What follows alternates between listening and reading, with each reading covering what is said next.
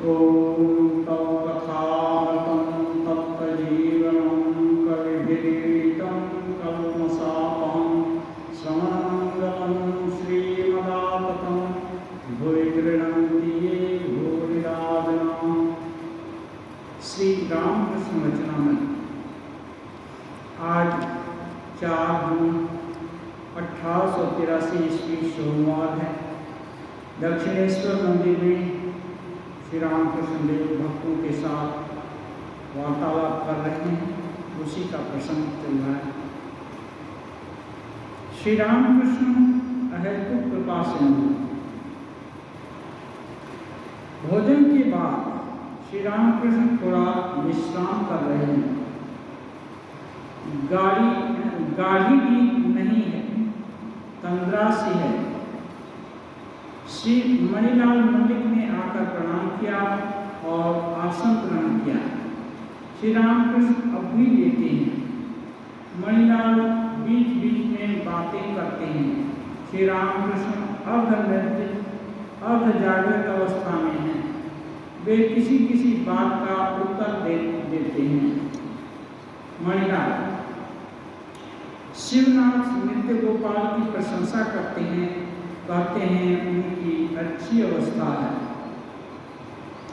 श्री रामकृष्ण अभी पूरी तरह से नहीं जागे।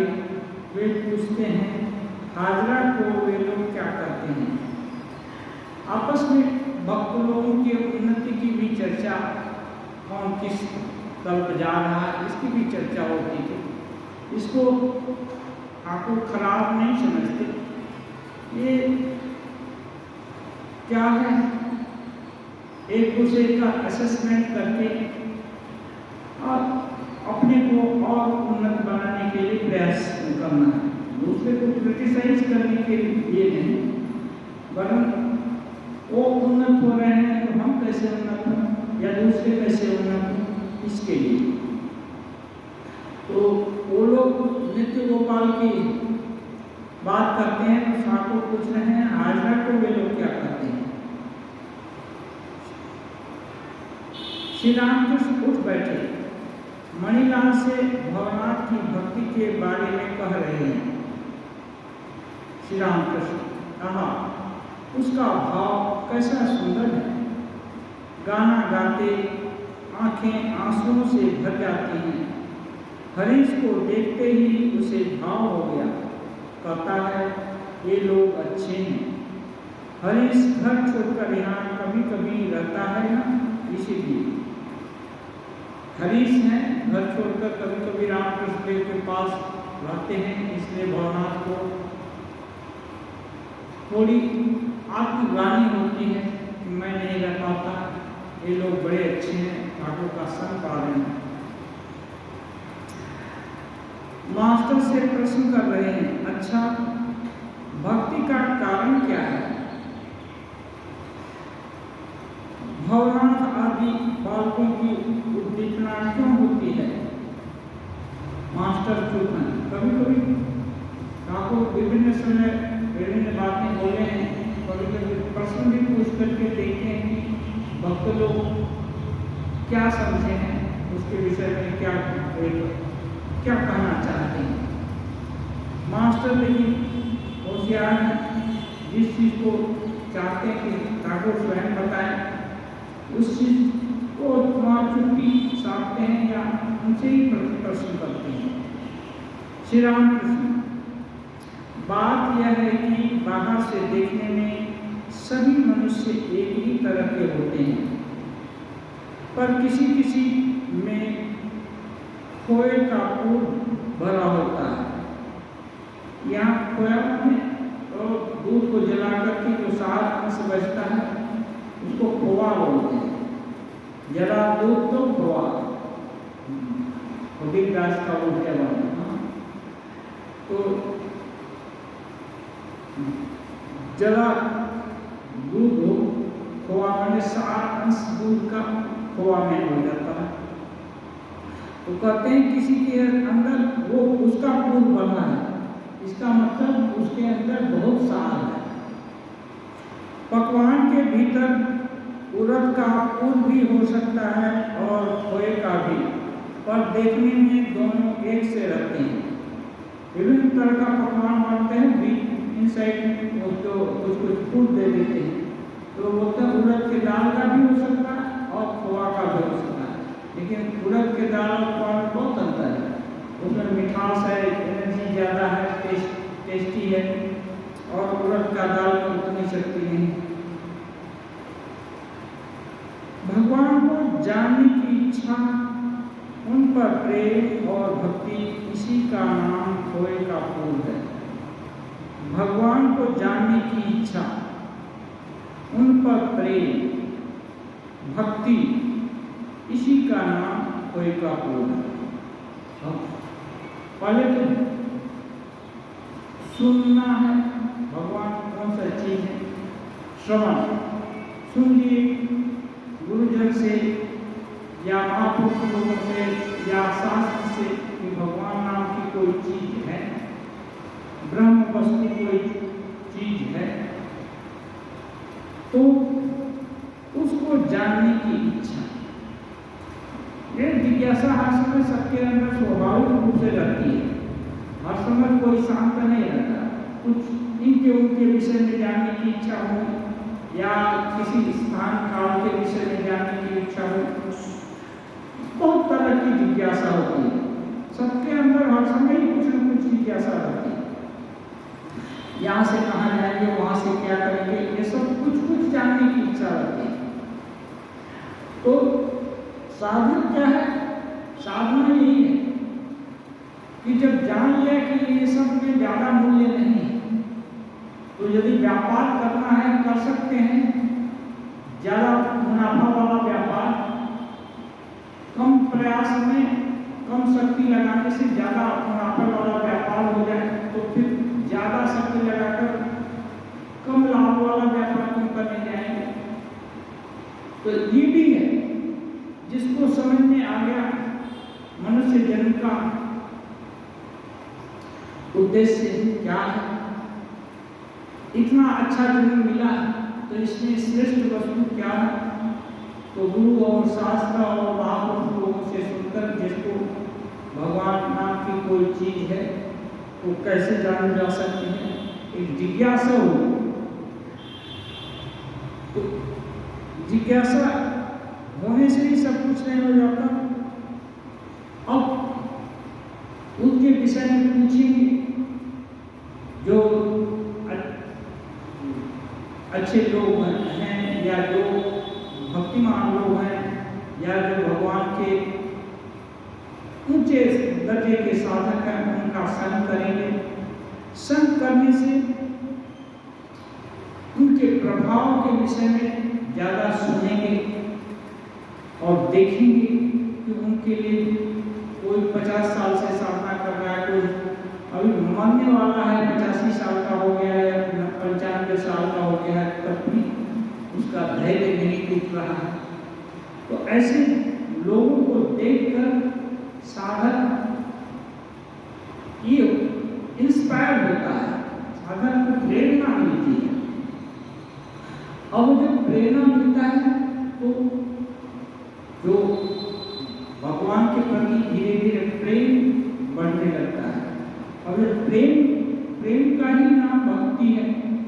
सबको परम प्रेम रूपा, ये नारद भक्ति सूत्र में बताते हैं कि भक्ति क्या है। भक्ति और कुछ नहीं, परम प्रेम रूपा।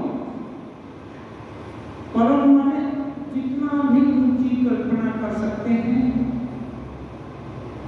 सभी कल्पना की जो पराकाष्ठा है उसको परम कहते हैं। और परम प्रेम यदि हो किसी के प्रति तो इसका मतलब उसके प्रति भक्ति होगी, और यही भगवान के प्रति है तो इसको शास्त्र की भाषा में भक्ति करती है। ठाकुर समझाने के लिए बोल रहे हैं साधारण भाषा में। लोग पकवान खाना पीना ये ज्यादा समझते हैं, ठाकुर इसी को बोल रहे हैं कि खोए का फूल है, माने इसमें सार अंश है। अब आप भक्तों को अभय देते हैं श्री रामकृष्ण मास्टर से, कोई सोचता है कि मुझे ज्ञान भक्ति न होगी, मैं शायद बद्ध जीव हूँ। जब बहुत कुछ साधक सुनता है और थोड़ा प्रयास करता है और प्रयास करने में सफलता नहीं मिलती दिखती है, तो कभी कभी हताशा आ जाती है। क्यों? ये स्वाभाविक है। इतनी कठिन चीज पाने के लिए प्रयास कर रहे हैं और उसमें तुरंत सफलता भी चाहते हैं, सब कुछ कैसे हो सकता है? यदि चित्त शुद्ध है तो इसमें देरी नहीं करती, बहुत जल्दी हो जाएगा। लेकिन शुद्धिकरण पूरा नहीं हुआ है। शुद्धिकरण का मतलब क्या है? जैसे ये जब चावल में सरसों मिला दिया जाए, ऐसे सरसों भले कीमती हो लेकिन चावल में मिला दिया तो सरसों भी अशुद्ध हो गया, चावल भी अशुद्ध हो गया। ऐसे ही भगवान को पाने की इच्छा हो तो पाने की इच्छा में और दूसरी इच्छा आकर कट गई, दूसरी इच्छा आकर मिली कि अच्छा ठीक है, भगवान को बाद में देखा जाएगा, अभी भूत को पकड़ ले या कोई छोटी मोटी सिद्धि मिल गई, ये कम है, इसको लेकर के थोड़ा इसका ऐश्वर्य देखिए कि इसका क्या परिणाम होता है। ऐसा तो इसी को बोलते हैं अशुद्धि आ गई, तो परम नहीं हुआ और नीचे के स्तर के हो गए। तो एक क्या है, जब ऐसा आ जाता है बार बार और साधक हर समय ऐसा नहीं होता कि हर समय खराब भाव नहीं होते, कभी कभी अच्छे भाव भी आते हैं। एक तरह से गणित के भाषा में बोलेंगे तो साइन कर्व के जैसा ऊपर और नीचे, मन हर समय एक ही अवस्था में नहीं रहता है, एक ही और संकल्प विकल्प करता रहता है, कभी अच्छा सोचता है, कभी डल हो जाता है, कभी खराब तरफ भी चला जाता है और पीछे पीछे के संस्कार के कारण। लेकिन जब अच्छा होता है संस्कार, तब कभी कभी जो साधारण भक्त हैं, जो अच्छी बिगिन किए हैं, अच्छा अच्छा प्रयास कर रहे हैं, ऐसे लोगों की बात होती है। ये लोग के मन में कभी कभी हताशा आ जाती है कि लगता है हम बद्ध जीवी हैं, हमारा कुछ नहीं होगा। ऐसा साधु लोगों में भी देखा जाता है, कितने साधु लोग निराश हो जाते हैं, हताश हो जाते हैं जो प्रयास करते हैं। तो ठाकुर उनके लिए बोल रहे हैं, श्री गुरु की कृपा होने पर कोई भय नहीं। जब अपना जहाँ बस नहीं चलता है तो अपने से जो समर्थ साथी हैं उनका आश्रय लेना पड़ेगा और जहाँ भी बड़े का आश्रय लिया जाएगा, यदि श्रद्धा पूर्वक उनके पास जाया जाता है तो जरूर अच्छे लोग सहायता करते हैं। और गुरु तो ऐसे होते हैं जो कि साधारण जागतिक कामनाओं से उनका मन उठ गया है, वो दूसरे के कल्याण के लिए ही शरीर धारण किए हुए रहते हैं और धरा पर विचरण करते हैं। तो ऐसे गुरु का यदि संग हो जाए और ऐसे गुरु का इस साधक पर स्नेह हो जाए तो बोलते हैं कोई भय नहीं। कैसे? बकरियों में एक झुंड में बाघिन कूद पड़ी थी। कूदते समय बाघिन को बच्चा पैदा हो गया। बाघिन तो मर गई पर वह बच्चा बकरियों के साथ पलने लगा। कहानी कहते हैं, बकरियां घास खाती तो वह भी बकरियां मेमे करती तो वह भी मेमे करता। धीरे धीरे बच्चा बड़ा हो गया। एक दिन इन बकरियों के झुंड पर एक बड़ा दूसरा बाघ झपटा, एक दूसरे बाघ ने हमला किया और वह बाघ घास खाने वाले बाघ को देखकर आश्चर्य में पड़ गया। दौड़कर उसने उसको पकड़ा तो वह मेमे चिल्लाने लगा। जो बकरियों के साथ पला था वो मेमे चिल्लाने लगा। उसे घसीट कर वह जल के पास ले गया और बोला, देख, जल में तू अपना मुंह दे और मेरा मुंह दे। ये जो जंगल का बाघ है ये बकरियों के झुंड में पड़ने वाले बाघ को दिखाता है, देखो अपना मुंह दे और मेरा मुंह दे। मेरे ही समान तू भी है और यह ले थोड़ा सा मांस, इसे खा ले।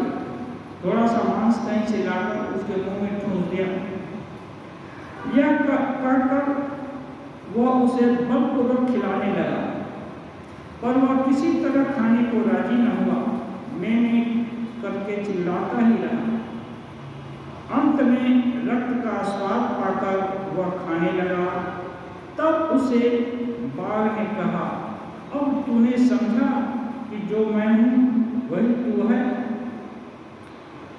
अब आ मेरे साथ जंगल को चल। ये कहानी इसलिए सुनाते हैं ठाकुर कि एक साधारण साधक सोचता है कि मेरा कभी नहीं होगा, मेरे द्वारा इतनी तपस्या नहीं होगी, मेरी इतनी शुद्धता नहीं है, इतनी पवित्रता नहीं है, इतना टेनासिटी नहीं है, इतना लगन नहीं है, इतना प्रयास नहीं है, बहुत सारी कर्म। तो लेकिन वो दिल से चाहता है कि मेरी उन्नति हो, लेकिन प्रयास नहीं करता, बहुत सारा विघ्न। तो यदि गुरु की कृपा हो जाए तो जो मैंने कर रहा है कुछ दिन करेगा, लेकिन गुरु की कृपा होने से मैंने करना धीरे धीरे छूट जाएगा। गुरु बता देंगे कि मैं देख जो मैं हूँ वही तुम है, झूठा मैं वाला अनुमान कर रहा है। इसलिए सदगुरु की कृपा, इसलिए ठाकुर बोलते हैं सच्चिदानंद ही गुरु हो सकते हैं, क्योंकि अपार्थिव प्रेम तो उनका ही है। किसी व्यक्ति के थ्रू वो प्रेम आए तो भी ये समझना चाहिए कि भगवान की ही कृपा हो रही है, इसलिए ऐसे गुरु का सानिध्य मिला है और इतनी कृपा मिल रही है। उपनिषद में है यमे वैश्य ग्रंथे तेन लभ्य, जिसको ये आत्मा वर्ण करती है कि नहीं इस बार इस जीवात्मा को पार कर देंगे, है भव सागर से पार बंधन से मुक्त कर देंगे, उसके लिए सभी योग क्षेम साधन भजन सब जुट जाता है, गुरु भी जुट जाते हैं। इसलिए यदि गुरु की कृपा हो गई तो समझना चाहिए कि अनुकूल हवा मिल गई। इसीलिए गुरु की कृपा होने पर फिर उसे कोई भय नहीं, वे बतला देंगे तुम कौन हो, तुम्हारा स्वरूप क्या है। बतलाने के लिए तो बहुत छोटे बड़े सभी गुरु लोग बताते हैं। शास्त्रों में भी लिखा है कि तुम परब्रह्म ही हो, ब्रह्म को छोड़कर इस जीव जगत में और कुछ है ही नहीं। लेकिन दूसरे ही क्षण, ये सुनने के दूसरे ही क्षण विविधता इतनी जटिल मात्रा में इतनी कंक्रीट दिखाई देती है, एकदम प्रत्यक्ष दिखाई देती है विविधता, कि थोड़ा सा दुख हुआ तो वो प्राण छटपटाने लगता है, उपाय नहीं दिखता है, कुल किनारा नहीं दिखता है, भगवान कहाँ के कहाँ रह जाते हैं। ठाकुर ये भी बोले हैं जब बिल्ली तोते को पकड़ने लगती है तो टेढ़े करने लगता है, फिर राम राम कहना भूल जाता है, स्वभाव आ जाता है। ये सब होने पर भी अध्यवसाय प्रयास से। गीता में भगवान बोलते हैं अभ्यासेन तु कौन्तेय वैराग्येन च क्रियते। अभ्यास और वैराग्य, अभ्यास करना होगा और वैराग्य। अभ्यास क्या? गुरु जी जो बोल रहे हैं सत्य है, भगवान सत्य है। वैराग्य क्या? इसके विपरीत जो तर्क आ रहा है कि नहीं वो भगवान को मिलेंगे कि है कि नहीं है, ये चीज तो मिली हुई है, इसको क्यों नहीं उपयोग करते, उपभोग करते?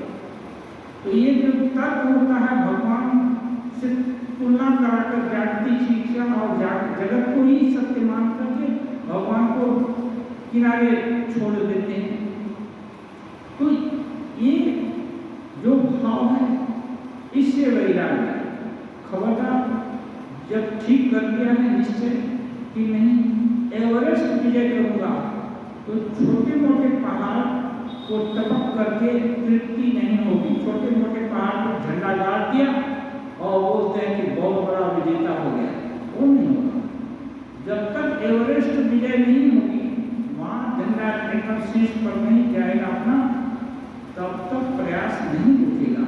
साधक को ऐसा होना होगा। कहते हैं थोड़ा साधन करने पर गुरु सब बातें साफ समझा देते हैं, तब मनुष्य स्वयं समझ सकता है क्या सत्य है क्या असत्य, ईश्वर ही सत्य और यह संसार अनित्य। थोड़ा सा साधन करना होगा। साधन क्या है? केवल बैठ करके किसी कोने में जप किया उसी को साधन नहीं करते हैं। साधन का मतलब दिल दिमाग जितनी शक्ति भक्ति सामर्थ्य जो कुछ भी है सबको दाव पर लगा देना। कहाँ? किस दाव पर? नहीं, जो कुछ भी है अपना सब कुछ इष्ट प्राप्ति के लिए लगे काम में। इसी के लिए जो भी कर्म कर रहे हैं, उठना बैठना सोना हंसना गाना चलना फिरना, सब कर्म या जो कुछ भी कर्म कर रहे हैं, घर का या बाहर का कहीं का भी, वो सब इसीलिए कर रहे हैं कि इससे भगवान की कृपा हो गई। इस सब झंझटों से दूर होकर के घर में झाड़ू लगाया जाता है, तो झाड़ू लगाना ही कर्तव्य तो नहीं होता है। उसमें अच्छा से निवास कर सकते हैं, अच्छा से दूसरा काम कर सकते हैं, बैठ सकते हैं या किसी को बुला सकते हैं, इसके लिए झाड़ू लगाया जाता है। कोई सारा दिन झाड़ू ही लगाता है, दिन में भी लगाता है रात में भी लगाता है और कोई काम नहीं, तो लोग उसको क्या कहेंगे? पागल ही। झाड़ू लगाना किसी उद्देश्य के लिए है। इसीलिए जितने भी कर्म हैं हम संसार में रहते हैं, पति पत्नी के लिए कुछ करता है, पत्नी पति के लिए करता है, बच्चों के लिए करता है, उसके लिए करता है, तो क्या है जन्म से मरण तक उसी के लिए करता रह जाता है। इस चीज को नहीं समझ पाते कि ये दूसरे कोई कारण है इसके लिए कर रहे, ये सब संबंध स्थापित हुए हैं और उस चीज को खोजना है इसके भीतर रहता है। क्योंकि जीवन धारण होगा तभी तो कोई आगे क्या सोच सकता है। जीवन धारण ही नहीं तो आगे पीछे क्या सोचेंगे?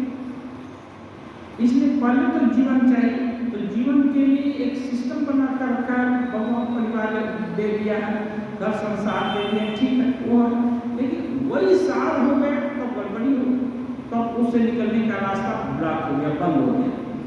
अब जब ये साधन हो जाए कि नहीं ये सब सुविधा मिली हुई है, या सुविधा या असुविधा जो भी समझें, बाद में साधक सबको असुविधा ही समझने लगते हैं, लेकिन ये असुविधा भी जरूरी है।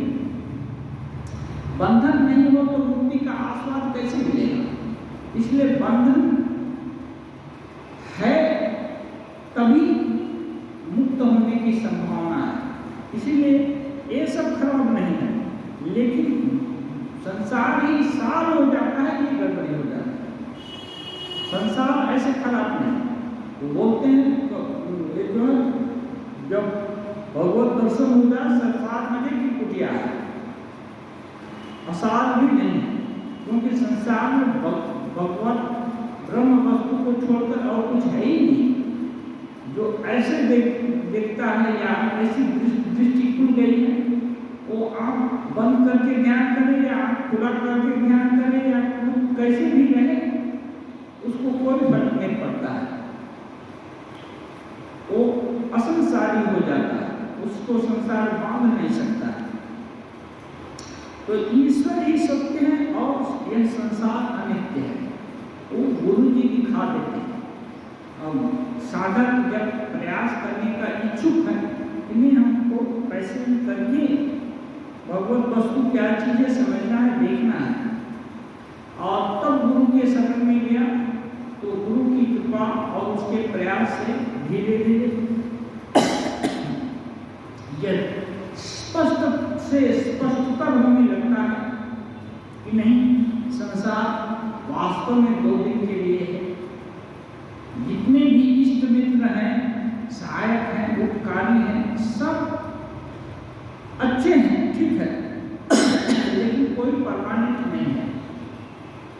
और जब परमानेंट नहीं है तो इनका जन्म जन्म के लिए भरोसा कैसे कर सकते हैं? तो तब फिर क्या करें? ऐसे कुछ चीज को पकड़ना होगा जो जन्म जन्म जिस पर भरोसा किया जा सके। तो जन्म जन्म भरोसा एकमात्र सत्य वस्तु को छोड़कर और कुछ है नहीं, और वही सत्य वस्तु भगवान है या ब्रह्म वस्तु है। एक और कहानी कहते हैं। एक जीवक किसी दूसरे के बाग में रात के समय चुराकर मछलियां पकड़ रहा था। जीवन में मल्लाह या मछली पकड़ने वाले लोग रात के समय चोरी से दूसरे के बगान में तालाब भी रहता है, तो वहां घुस करके मछली चुराता था। मालिक को इसकी टोह लग गई। माने जब मछली आज ज्यादा तैर रही है, कल कम दिखेगी, परसों और कम दिखेगी, तो अंदाज लगता है कि कहाँ गए, कोई बीमारी होने से तो मरकर तैरेगी, नहीं तो कहीं गई, इसका मतलब कोई चोरी कर रहा है। और दूसरे लोगों की सहायता से उसने उसे घेर लिया। जब उसको लगा कि कोई चोरी कर रहा है तो उसको घेर दिया, बेड़ा लगा दिया, मसाल जलाकर चोर को खोजने लगी। ओ सॉरी, बेड़ा नहीं लगाया। उसी दिन की बात है, शंका हुई कि चोर आया है, तो चोर को तुरंत घेर मैंने नाकेबंदी कर दिया लोग कि देखो कौन कहाँ है। तो वो बोलते हैं मसाल, ये अनुवाद करने में थोड़ा सा इधर उधर हुआ, तो मसाल जलाकर चोर को खोजने लगे लोग। इधर जीवन शरीर में कुछ भस्म लगाए एक पेड़ के नीचे साधु बनकर बैठ गया। एक वर्षन में है बंगला में कि जाल फेंका तो छिपा करके आवाज हुआ तो लोग जग गए। जब जग गए तो दौड़ो चोर करके सब लोग दौड़े, चारों तरफ से दौड़े, भाग न पाए। अब इधर जीवन वो चोर क्या करे, सोचता कि अब तो पिटाई इतनी होगी कि हड्डी तोड़ देगा लोग,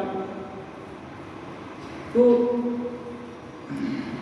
वो शरीर में भस्म लगा लिया। वो उसी तालाब के किनारे आग चिता होता जलाते थे लोग, और वो उसी चिता को अपने शरीर में कर लिया, पोत लिया। तो कहते हैं इधर भस्म लगाए एक पेड़ के नीचे साधु बनकर बैठ गया। अब सोचा भागने से तो कहीं मिलेगी नहीं, हमसे तेज दौड़ने वाले लोग हैं, इसलिए चुपचाप भस्म लगा लिया पूरे शरीर में और एक पेड़ के नीचे धीरे से बैठ गया। उन लोगों ने बहुत ढूंढ तलाश की पर केवल भूत रमाए एक ध्यानमग्न साधु के सिवाय और किसी को न पाया। रात है ना, नदी में तालाब में जाल पड़ा है कि नहीं देखने नहीं गया। हाँ, और वे देखता है कि ध्यानमग्न एक साधु पड़ा है। दूसरे दिन गांव भर में खबर फैल गई कि अमुक के बाग में एक बड़े महात्मा आए हैं। फिर क्या था, सब लोग फल फूल मिठाई आदि लेकर साधु के दर्शन को आए। बहुत से रुपए पैसे भी साधु के सामने पड़ने लगे। लोगों को सुबह ही खाने बहुत बड़े महात्मा के बागान में आए हैं, बैठे हैं। अब लोग रुपया पैसा फल फूल सब लेकर के दौड़ने लगे। अब ये तो दीवर तो चोर रहा है। हाँ, अब ये बेचारा सोचता है आश्चर्य की बात है, मैं सच्चा साधु नहीं हूँ, मैं तो चोर हूँ, फिर भी मेरे ऊपर लोगों की इतनी भक्ति। लोग मुझको कितना परिश्रम से पैसा कमाया जाता है, पैसा भी कार्य करते हैं, फल फूल अच्छा अच्छा चीज जो कि अपने नहीं खाने उनके लिए ला रहे, इतनी भक्ति मेरे जैसे चोर के लिए। इसीलिए कि मैं एक जो भेष बना लिया साधु, इसके लिए तो वो सोचता है कि यदि मैं हृदय से साधु हो जाऊं तो अवश्य ही भगवान मुझे मिलेंगे, इसमें संदेह नहीं। एक एक घटना घट जाती है। गया था चोरी करने के लिए, ड्रामा किया बचने का, बचने के ड्रामा का परिणाम हुआ कि इतनी उसको आमदनी होने लगी। वो सोचता तो 2-5 दिन आमदनी जुटाकर वो उसको भी लेकर के अपने घर चला जाता, ये भी हो सकता था, लेकिन नहीं, इसका सोच का परिणाम होता है। एक मैंने सोच अच्छी दिशा में चलने लगती है तो एक साधारण सी चोरी की सोच अब सोचने लगा कि मैं तो आया था चोरी करने, और थोड़ा सा भस्म लगाया कि हम महात्मा बन बैठे, इतने लोगों के पूज्य हो गए। अब यदि सच में यदि भगवान को चाहें तो भगवान मिल जाएंगे, फिर ये सब संसार को लेकर क्यों रहना।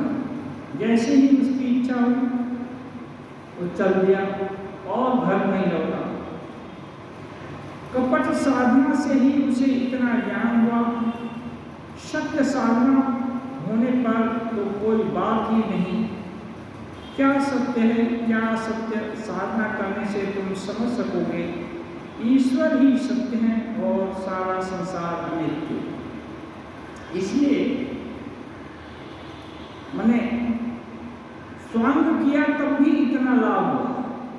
इसलिए क्या सत्य है क्या असत्य है, गुरु जी क्या बोला, ठीक बोला कि नहीं बोला, एकदम लास्ट तक उसका अन्वेषण नहीं करके भी यदि भक्ति के साथ प्रारंभ कर दिया साधना तो धीरे धीरे करके क्या सही है क्या गलत है ये पता चल जाता है। और क्या है, सत्य यही है कि ईश्वर ही सत्य है और संसार अनित्य।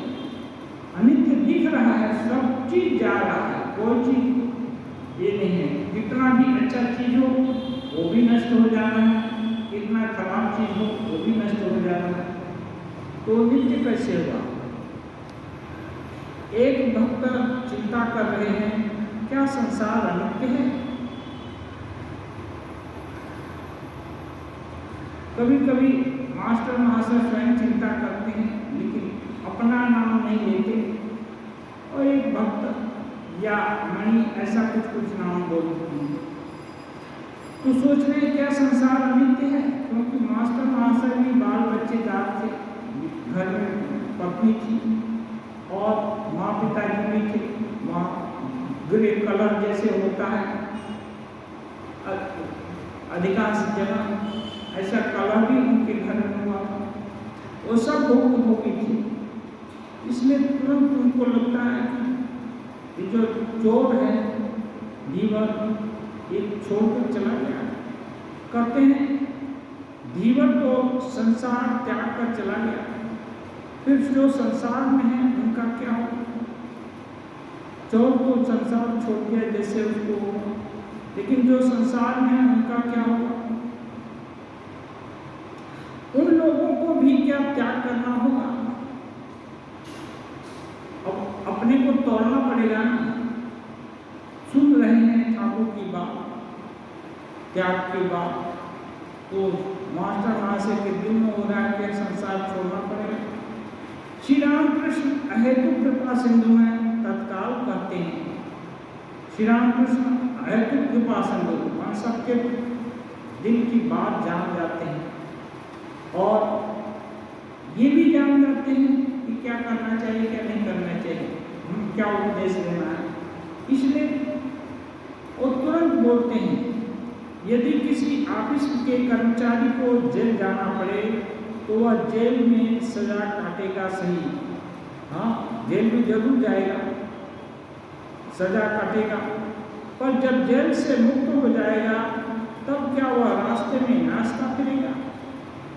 कोई कर्मचारी था किसी ऑफिस का, उसको कोई गलती किया तो जेल में गया, और जेल से जब वापस छूटेगा तो क्या करेगा? गाना करता रहेगा रास्ते में, या फिर जाकर वही नौकरी करेगा। फिर वह किसी ऑफिस की नौकरी ढूंढ लेगा, वही पुराना काम करता रहेगा। इसी तरह गुरु कृपा से ज्ञान लाभ होने पर मनुष्य संसार में भी जीवन मुक्त होकर रह सकता है। सॉल्यूशन दी, मास्टर महाशय सोचते हैं क्या करना चाहिए, संसार छोड़ देना चाहिए।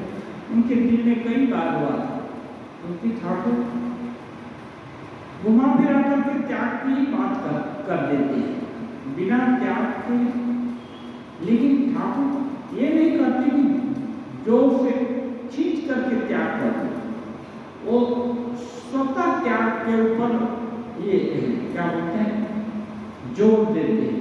जबरदस्ती त्याग कर दो वो नहीं जाता। दिल पूरा शरीर मन जब स्वतः ये हो जाएगा, जैसे घाव हो गया उधर पपड़ी पड़ी तो पपड़ी को अपने से झड़ना चाहिए। यदि पपड़ी को खींच कर हटा दिया जाए तो घाव भी मैला हो जाएगा। ऐसे ही संसार की वासना दिल को नहीं छोड़ी और जोर से किसी का उपदेश सुन करके तुरंत दूसरा पल्ला बदल दिए ना, संसारी से त्यागी बन गए, और तब वो फिर पतन होने की संभावना है। लेकिन दिल में यदि सच्चा वैराग्य हो तो फिर भय नहीं। इसलिए ठाकुर बोल रहे हैं कि गुरु कृपा से यदि ज्ञान लाभ होने पर मनुष्य जीवन मुक्त होकर कहीं भी रह सकता है, जैसे राजा जनक को हुआ था। ऐसे ही मास्टर महाशय भी थे। ठाकुर बोले नहीं, तुम संसार में हो, तुमको देखकर बहुत से लोग सीखेंगे। ठाकुर नाग महाशय को भी बोले नहीं, तुम्हारे उनको देखकर लोगों को चैतन्य होगा। साधु नाग महाशय गृहस्थ थे, डॉक्टर थे, ठाकुर से सुने डॉक्टर और वकील काम पाप एक है ना, ब्लड मिश्रित है, एक तरह से पाप काम है। डॉक्टर कष्ट पे भोग रहा है, मरीज तब भी उस पैसे को पैसा लिए जा रहे। हम ही डॉक्टर से हैं जो कि सहृदय वो करके मरीज से एक बर्ताव करते हैं। ज़्यादातर लोग उनसे व्यवसाय ही करते हैं, और वकील जो क्रिमिनल है उसी को जिताने से उनको कई गुना ज़्यादा ये मिलेगा, क्या बोलते हैं, उनकी भीड़ मिलेगी। इसलिए जो चालाक होशियार हैं, ज़्यादा रुपये के लालची हैं, ऐसे ज़्यादा वकील क्रिमिनल पक्ष का ही पक्ष लेकर के ये करते हैं, पैरवी करते हैं। तो ये सब माने सब उपाय से अर्जित मनी नहीं है, धन नहीं है, ऐसा ठाकुर बोल रहे थे और जा रहे थे।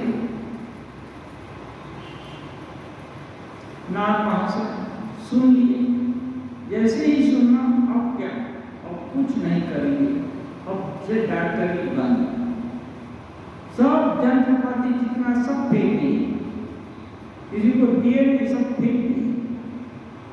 कि ऐसे गृहस्थ बन, हाँ बहुत सादगी जीवन, तपस्यामय जीवन था उनका। गृहस्थ होकर भी क्या है, तपस्या का चूड़ान, शरीर का बोध नहीं, फिर कौन किस प्रकार के गृहस्थ हुए।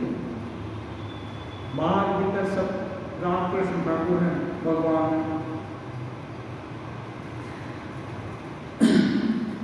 इसलिए मास्टर महाशय के दिन की बात में गुरु कृपा से यदि भगवान लाभ हो गया तो कोई चिंता नहीं, कहीं भी रहो। यह कहकर श्री रामकृष्ण ने संसारी मनुष्यों को अभय प्रदान किया, क्योंकि हर तरह के लोगों के लिए जरूरत की चीज भगवान प्रदान करते हैं। ऐसे ही युगाचार्य और ये अवतार पुरुष माने हर का स्टेज में बदल दे सकते हैं, सबको एक स्टैंडर्ड का ले आया, ऐसा नहीं। तब तो ये जगत का क्रम नहीं चलेगा, लेकिन जो जहाँ है वहीं से वो उन्नत हो सकता है, उसका परम कल्याण हो सकता है। ये व्यवस्था शास्त्र और ऐसे अवतारी पुरुष लोग करते हैं, सबका कल्याण है, लेकिन एक को दूसरे का स्थान लेने का जरूरत नहीं। श्री रामकृष्ण और निराकारवाद, विश्वास ही सब कुछ है।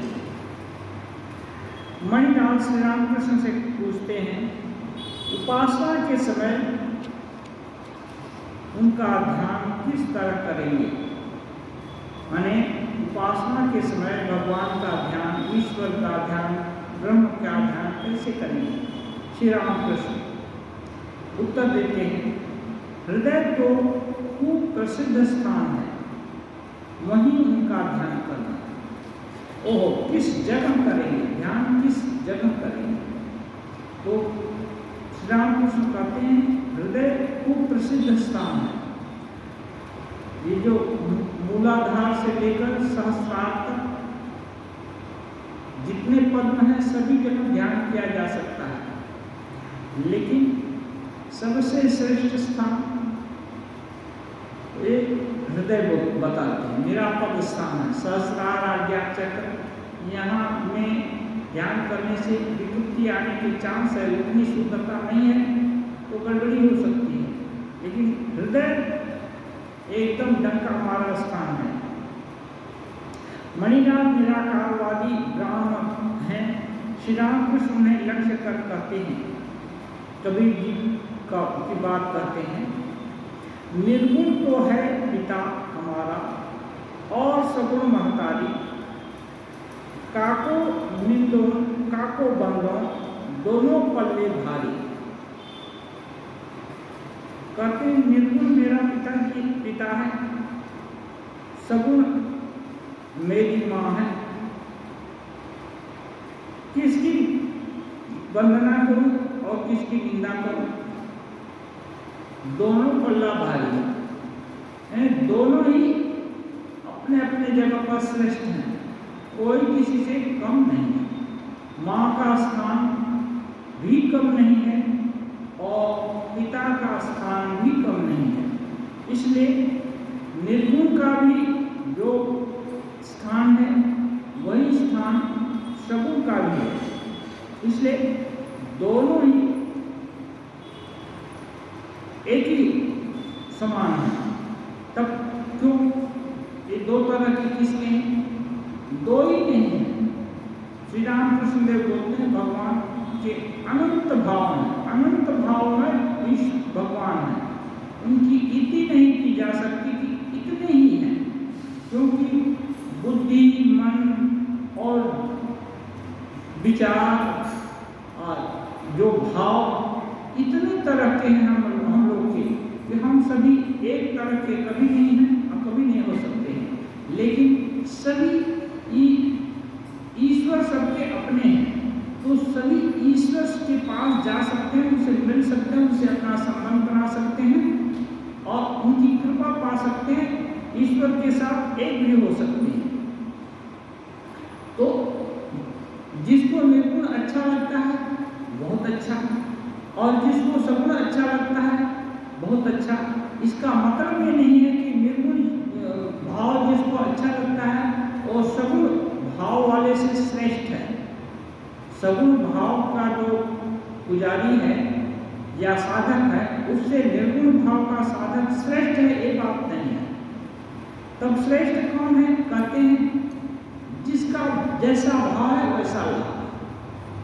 कैसे भी करके इस जबकि जल का हिम बनना, कोई देख हिम को स्पर्श कर ले तो जल का ही स्पर्श हो, तरल जल को स्पर्श करे तभी जल को ही स्पर्श करना हो।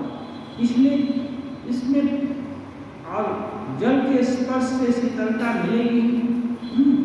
इसलिए ईश्वर का चाहे किसी रूप से कैसे भी दर्शन हो, ये जो जीव का जो दोष है ना, संसारिक जो है खत्म हो जाए।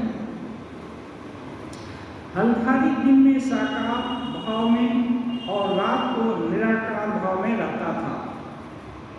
हल्दारी इनसे थोड़ी जैसे थे तो बोलते हैं हल्दारी दिन में साकार भाव में रहता और रात को निराकार भाव में रहता है। बात यह है कि चाहे जिस भाव का आश्रय करो, विश्वास पक्का होना चाहिए। विश्वास पक्का होना चाहिए। विश्वास क्या चीज है? विश्वास यही है कि उसमें किसी प्रकार का संदेह न हो, किसी प्रकार का जानने, सुनने या किसी के कहने, बहकाने या कुछ भी तर्क देने से उसमें आस्था ना, उसकी आस्था ना डिगे। और ऐसा तभी हो सकता है जबकि उसको बहुत अच्छा से जानता है। जैसे छोटा बच्चा चाहे कोई कितना भी उसके सामने उसको लाड दिखाए एक आदमी, लेकिन वो घूम फिर करके उसका दिल माँ के पास ही जाता है। कितना सामान, कितना खाना पीना, कितना चीज भी दे करके उसको इतना फुसला नहीं सकता एक दिन लोग कोई कि माँ के पास कभी जाने का नहीं सोचे। जब ये सब से तृप्त हो जाएगा, अचानक उसको याद आएगा कि मैं माँ के पास जाऊँगा, तब फिर रोने लगेगा, सब चीज फेंक देगा। श्री रामकृष्ण देव इसका बहुत उदाहरण करते हैं। तो ये क्या है? ऐसा विश्वास यदि हो जाए कि नहीं सगुण ईश्वर पर, जैसे राम हनुमान जी का है धनुष बाणधारी भगवान श्री राम पर, तो ऐसा यदि विश्वास हो जाए तो ये विश्वास श्रेष्ठ विश्वास है। किसी का निर्गुण पर विश्वास होता है वही अच्छा है, हाँ वो भी कम नहीं है, लेकिन वो पक्का होना चाहिए, संशय नहीं कि रामेर घर, श्यामेर घर, हाँ हनुमानेर घर, काली घर, लास्ट में सारा घर, हाँ ऐसा नहीं होना चाहिए। तो इसको बोलते हैं संशयात्मा, संशय। और गीता में भी बोलते हैं संशयात्मा विनश्यति। जब संशय होता है, विश्वास का उल्टा है संशय। हर जगह किसी जगह में विश्वास नहीं है तो संशय है, तो उसका कल्याण नहीं हो सकता है। शंभू मल्लिक बाग बाजार से पैदल अपने बाग में आया जाया करते थे। शंभू मल्लिक और बगल में काली दक्षिणेश्वर काली मंदिर के बगल में उनका उद्यान बाटी था। किसी ने कहा था, इतनी दूर गाड़ी से क्यों नहीं आते, रास्ते में कोई विपत्ति हो सकती है। हाँ, वो कुंती में बहुत अच्छा है। हाँ, आपद विपद आचे विलक्षण। ये कोई बोलता है कि पथ में बहुत आपद विपद है, आप इतना दूर क्यों जाते हैं।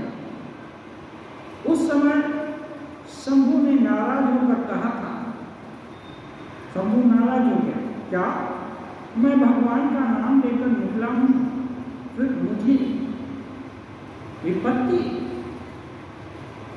जो विपत्ति तारण है उनका नाम लेकर मैं बाहर निकला और फिर मुझे विपत्ति। शंभू को गुस्सा आ गया। शंभू बोलते हैं, विपद वारण नामे लई के आश्रय अकुल पथार कभी, अकुल पथार तब विपद ना हो। तो ये ऐसा उनका नाम लेकर के मैं बाहर निकला हूं घर से और मुझे विपत्ति किस बात, इसको बोलते हैं विश्वास। माँ के गोद में आ गया बच्चा, चाहे माँ समय को जल भी जाए तो भी वो जानता है कि माँ के गोद में आएगा, बस एकदम सुरक्षित हो गया। विश्वास से ही सब कुछ होता है। मैं कहता था, यदि अमुक से भेंट हो जाए या यदि अमुक खजांची मेरे साथ बात करे तो समझूं कि मेरी यह अवस्था सत्य है, परंतु जो मन में आता वही हो जाता था। अपनी अवस्था, साधना, सिद्धि इस सब को टेस्ट करने के लिए था। कभी कभी नरेंद्र को बोल देते थे कि ये आपके मन का भ्रम है। कभी कभी मन भ्रम हो जाता है तो रोगग्रस्त हो गया तो एक चीज दूसरी चीज दिखाई देने लगती है। कभी कभी दो चांद दिखाई देने लगते हैं दृष्टि दोष से। हाँ, कभी कभी पीला रंग भी दिखाई देने लगता है। तो ठाकुर इसको टेस्ट करने के लिए करते थे कि अमुक खजांची यदि मेरे साथ आकर बात करे या अमुक बड़ा व्यक्ति आए, यहाँ का राजा महाराजा आए बात करे, तो मैं समझूं कि ये अवस्था ठीक है, इसमें कोई मैंने गड़बड़ी नहीं है, तो मेरे मन का भ्रम नहीं है। तो जैसे ही रामकृष्ण देव को टेस्ट करने की इच्छा होती थी, वैसे ही वो सब जो शर्त रखते रहे थे वो शर्तें अयाचित भाव से पूरी हो जाती थी। कहीं का महाराजा आकर बात करता, जिस खजांची की इच्छा किए वो खजांची आकर प्रेम से बात करता, ये सब हो जाता था। अब तब अविश्वास होने का बात नहीं है। मास्टर ने अंग्रेजी का न्याय शास्त्र पढ़ा था, उसमें लिखा है कि सवेरे के स्वप्न का सत्य होना लोगों के कुसंस्कार की ही उपज है। इसलिए उन्होंने पूछा, अच्छा कभी ऐसा भी हुआ है कि कोई घटना नहीं हुई?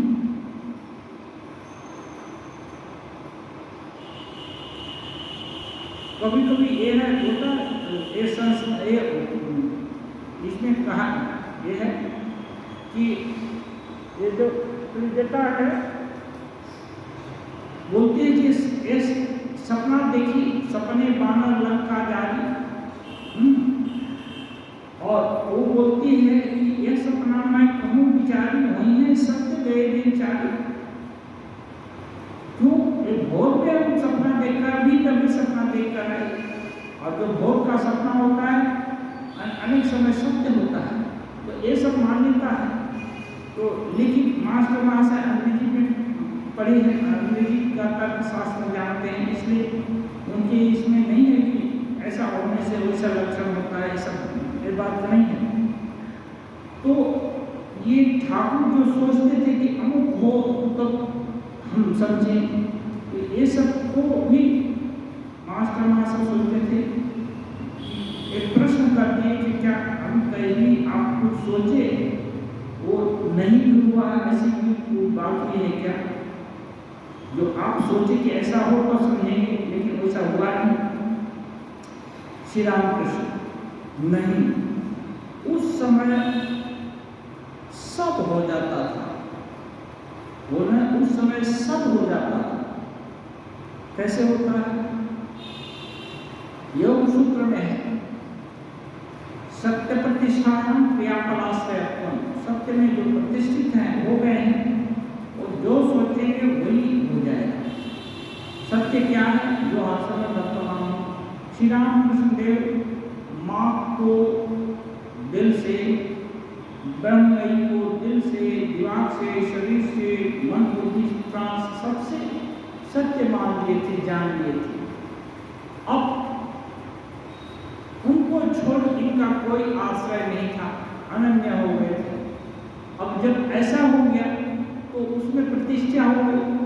अब जब प्रतिष्ठित हो गए हैं तो सत्य साथ नहीं छोड़ सकता है, इसलिए उनके दिल में जो कोई भी बात उठती वो सब पूरी हो जाती है। ईश्वर का नाम लेकर जो विश्वास करता था वही हो जाता था।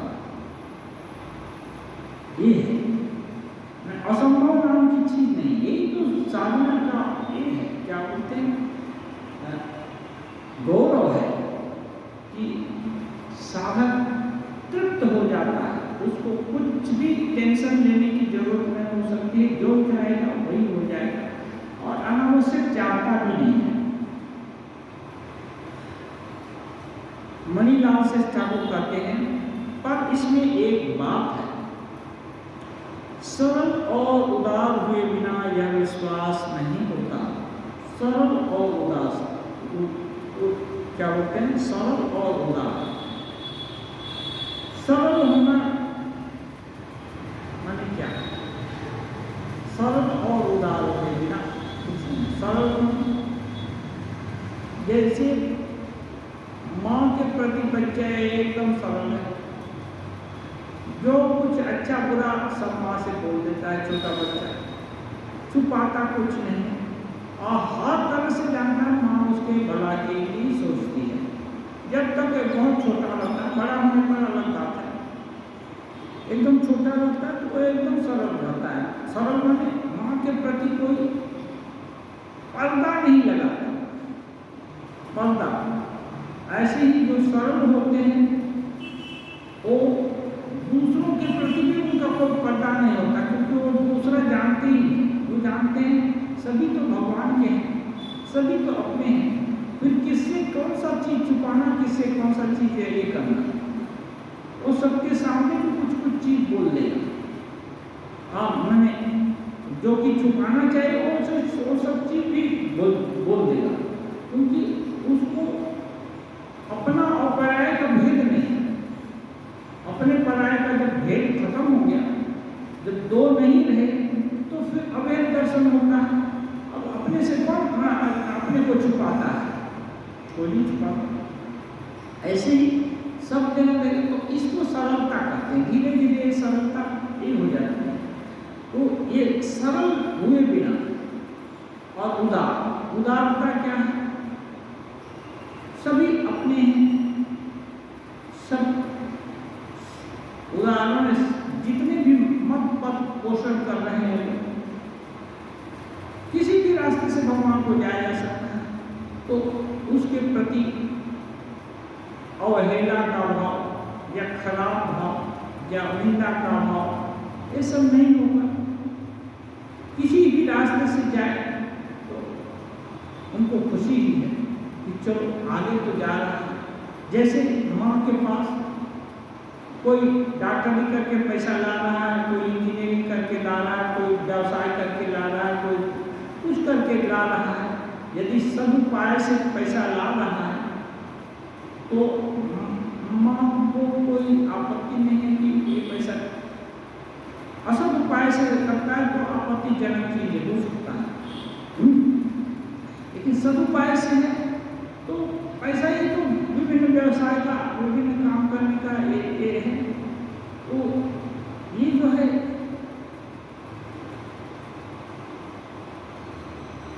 ईश्वर के प्रति सर्व भाव से, माने जिस भाव से भी कोई बुलाए उसके प्रति कोई वैमनस्य नहीं है, इसको उदारता कहते हैं। उदार माने किसी के विषय में किसी तरह का आक्षेप नहीं। तो ये गुण नहीं होने से विश्वास नहीं होता, बोलते हैं विश्वास नहीं होता।